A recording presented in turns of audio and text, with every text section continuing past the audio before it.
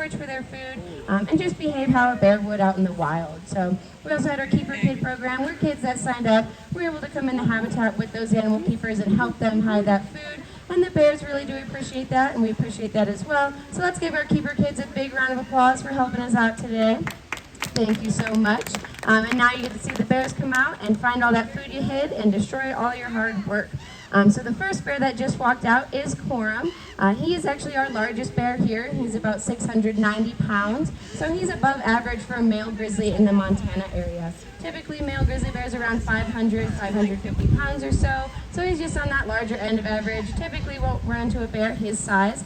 Whereas Bo, who's now passing him, has a little bit of that blonder coat. He's just on that smaller end of average for a male grizzly. He's about 470 pounds, so almost to 500. But both of these two give a good example of the ranges and sizes that male grizzly bears can get to.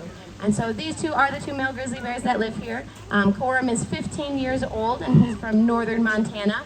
Bo is 7, and he's from very local, from the Yellowstone area and near town here. So both of these bears and all of our bears were out in the wild at some point, but got into conflict because people leaving food out and influenced their behaviors to the point where these bears got too used to people and too comfortable that it wasn't necessarily safe for them or for people anymore. So with Corum, when he was up in northern Montana, when he was with his mom as a cub, their family was relocated because they were getting into some garbage, and they were moved to more remote areas, so hopefully they'd go after those wild food sources. And this tactic did work for Corum's mom and his siblings, but Corum remembered these easy food sources that he found in neighborhoods, and so he was going after some trash that was being left out, bird feeders, dog food that was left out, because bears are opportunistic. They go after whatever is the easiest for them. So if we're leaving food sources out, bears might be attracted to that and go after them.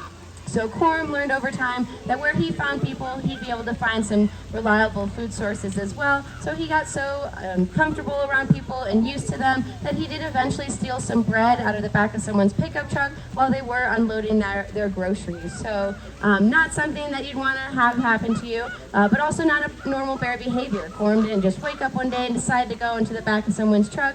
He learned over time to be comfortable around people, associate people as a place where he could find food, and so chose to do this risky behavior because he was so habituated. So obviously this is not safe for Corum or for people because it could lead to potential conflict.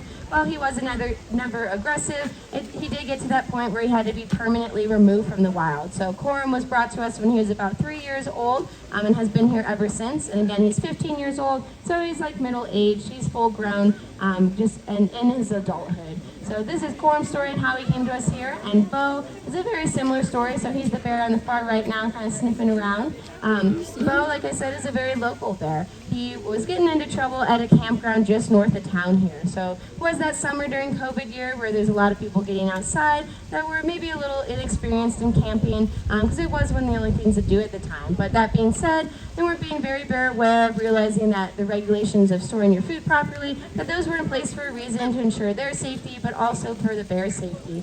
So Bo, he was finding a lot of garbage left outside of camp.